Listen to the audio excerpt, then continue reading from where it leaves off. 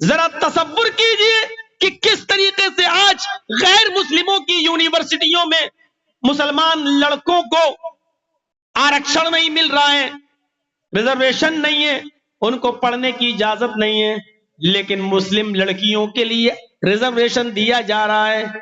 اقلیت کا نام دے کر مسلم لڑکیوں کو یہ کہا جا رہا ہے کہ تم ایڈمیشن لے سکتی ہو، اور مسلم کالج اور کالجز میں پڑھنے والے لڑکوں سے یہ کہا جا رہا ہے کہ تم مسلم لڑکیوں کو اپنے پیار، اپنے لو، اپنے پیار کے چنگل میں ان کو پھنساؤ، ان کو لاؤ، پھر ان سے کورٹ میرج کرو، شادیاں کرو، اور ایک دو بچے پیدا کر کے ان کو طلاق دے دو تاکہ ان کے بطن سے، ان کے پیٹ سے ہماری تعداد بڑھ جائے، اور پھر ان کو طلاق دے کر چھوڑ دو، نہ وہ اپنے گھر کی رہیں نہ یہاں کی رہیں۔ یہ منصوبے ہو رہے ہیں، یہ پلاننگ بنائی جا رہی ہے، لیکن ہم ابھی تک اسلام کے مزاج کو نہیں سمجھ پا رہے ہیں، اور غیر مسلموں کی سازشوں کو آج ہم سمجھنے کے لیے تیار نہیں ہیں۔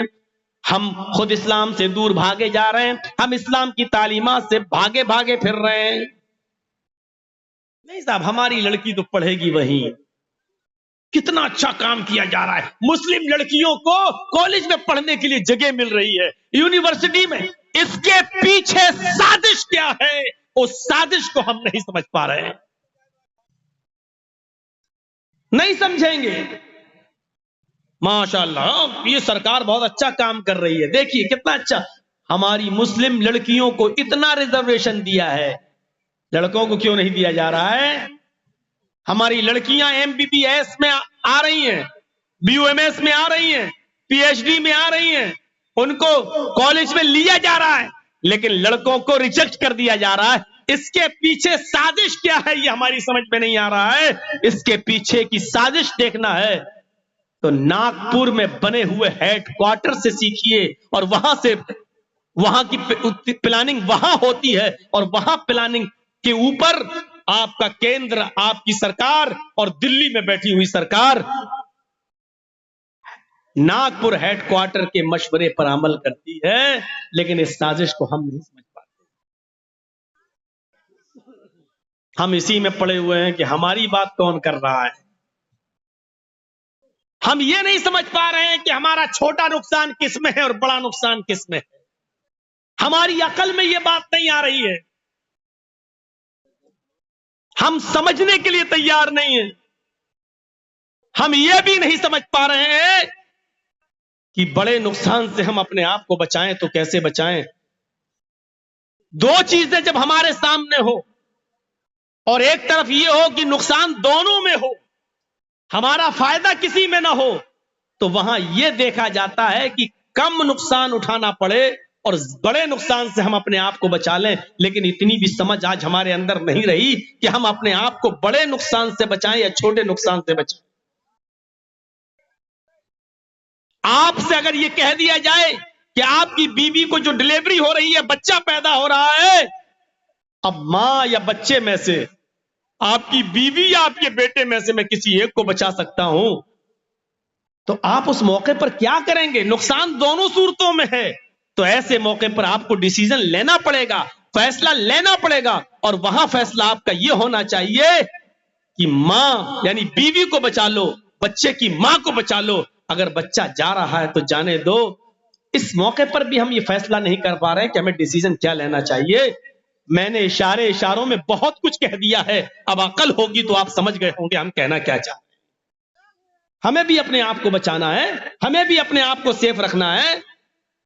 ہم صرف بہار میں تھوڑی بولتے ہیں، ہم تو پورے ہندوستان میں جا رہے ہیں، ہمیں بھی اپنے آپ کو بچانا ہے۔ لیکن میں نے باقی باتوں میں بہت کچھ کہہ دیا ہے۔ عقل مند را اشارہ کافی است، عقل مند ہوں گے تو آپ کو اشارہ آپ کے لیے کافی ہے۔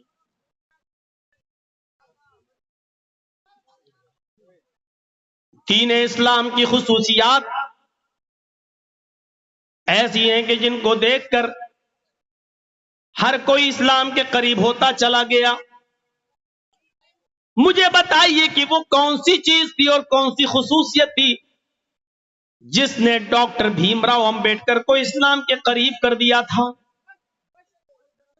وہ بھیم راؤ امبیڈکر جنہوں نے بھارت کا سمویدھان لکھا ہے، اور آج بھی بھارت کا سمویدھان انہی کا لکھا ہوا ہے جس پر آج ہماری سرکار بھی چل رہی ہے, سپریم کورٹ بھی چل رہا ہے, اور آسانی کے ساتھ ڈاکٹر امبیڈکر کے بنائے ہوئے قانون کو بدلنے کی کوشش تو ہو رہی ہے. آر ایس ایس اپنا قانون تھوپنا چاہتی ہے, اپنا قانون بنانا چاہتی ہے, لیکن ابھی اتنا آسان نہیں ہے. وہ بھیم راؤ امبیڈکر, وہ کون سی چیز تھی جنہوں نے بھیم راؤ امبیڈکر کو اسلام کے قریب کر دیا تھا؟ وہ بھیم راؤ امبیڈکر جو اس بات سے دور ہو گئے تھے اپنے ہندو دھرم سے کہ انہوں نے رگ وید کے اندر یہ پڑھ لیا تھا کہ برہما نے اپنے منہ سے برہمن کو پیدا کیا, اپنے ہاتھوں سے چھتری کو پیدا کیا, اپنی ران سے, اپنی تھائی سے, اپنی جانگ سے ویش کو پیدا کیا, اور اپنے پیروں سے شودر کو پیدا کیا, ہریجن کو شودر کو پیدا کیا. چونکہ ڈاکٹر بھیم راؤ امبیڈکر نیچی ذاتی سے آتے تھے, انہوں نے اسی وقت سے یہ اندازہ لگا لیا کہ رگ وید کا یہ منتر اللہ کی طرف سے, ایشور کی طرف سے نہیں ہے. ایشور کی طرف سے ہوتا تو یہ نہ ہوتا کہ کسی کو برہما نے اپنے منہ سے پیدا کیا, کسی کو اپنے ہاتھوں سے کیا, کسی کو اپنی ران سے کیا, کسی کو اپنے پیروں سے کیا. انہوں نے اور بھی دھرم کا مطالعہ کیا, لیکن کوئی دھرم ان کو سمجھ میں نہیں آیا. انہوں نے اسلام کو پڑھا, قرآن کو پڑھا, اسلام کو پڑھا, اور جناب محمد رسول اللہ صلی اللہ علیہ وسلم کے آخری خطبے حجۃ الوداع کے خطبے کو پڑھا تو سمجھ گئے کہ ہمیں ہماری منزل مل گئی. خطبہ کیا تھا؟ کلکم بنی آدم و آدم من تراب. اللہ کے نبی نے حجۃ الوداع کے موقع پر کہا تھا کہ اے ابن آدم, اے لوگو, تم سب آدم کے بیٹے ہو, اور آدم مٹی سے پیدا ہوئے تھے, اس لیے تم سب مٹی سے ہو. آدم کو مٹی سے بنایا گیا تھا, تم سب مٹی کے بنے ہوئے ہو, مٹی کے ہو. لا فضل لعربی علی عجمی, کسی عرب کے رہنے والے کو عجم کے رہنے والے پر فضیلت نہیں ہے. کسی غیر عرب کو عرب کے رہنے والے پر فضیلت نہیں ہے. کسی گورے کو کالے پر فضیلت نہیں ہے, کسی کالے کو گورے پر فوقیت نہیں ہے.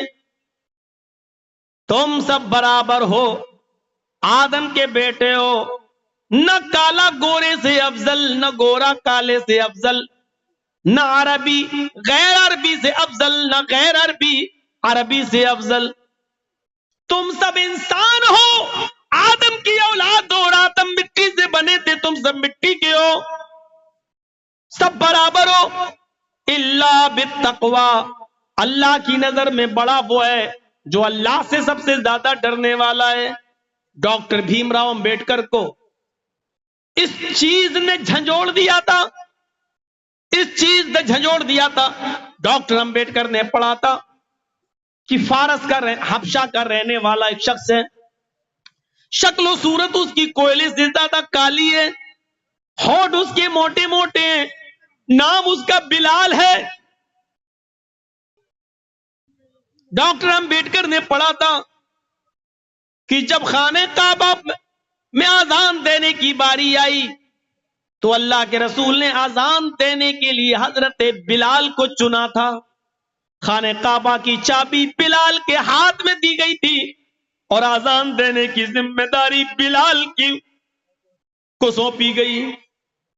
دین کا اتنا بڑا اہم کام بلال دے رہے ہیں, انجام دے رہے ہیں. وہ بلال کی جن کے ہونٹ بڑے بڑے, جن کی شکل کالی, حدیث کی کتابیں جن کو کوئلے سے بھی زیادہ کالا کہتی ہوں, وہ بلال جن کا رشتہ کوئی لڑکی قبول نہیں کرتی, لیکن جب بلال کو اذان دینے کی چابی دے دی گئی اور بلال کو مسجد مکہ میں خانہ کعبہ میں جب اذان دینے کا حکم دیا گیا اور جناب محمد رسول اللہ کو جب معراج ہوئی، جنت و جہنم کا معائنہ کر کے جب واپس آئے تو آنے کے بعد فرمایا بلال تم ایسا کون سا عمل کرتے ہو، اللہ تمہاری اس عمل سے اتنا خوش ہوا، اتنا خوش ہوا کہ مجھے جنت دکھائی۔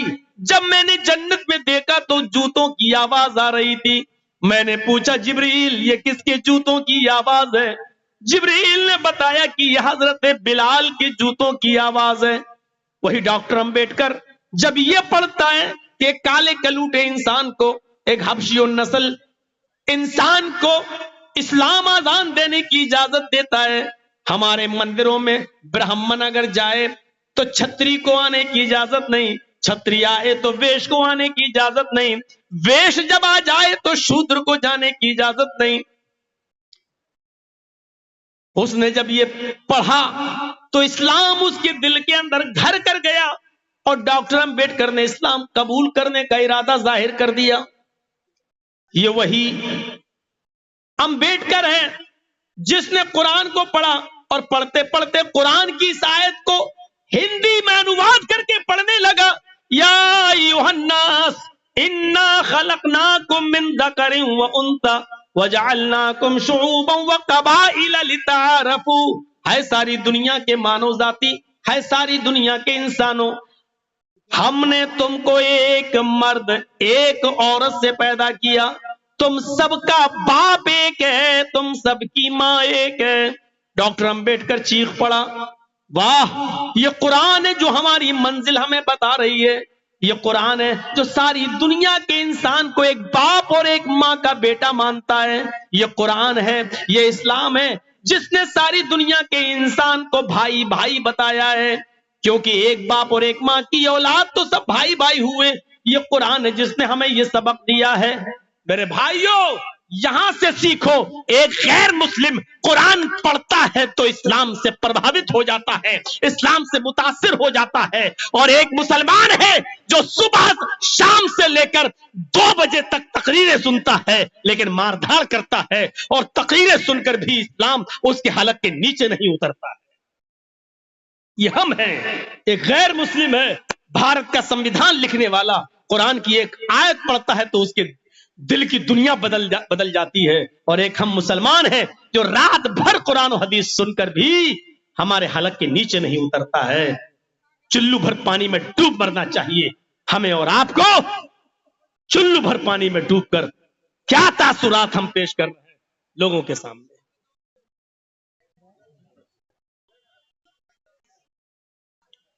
ہمیں اپنی زندگی میں چینجنگ لانا ہوگا، ہمیں اپنی سوچ بدلنا ہوگی اگر آپ کو کچھ کرنا ہے تو۔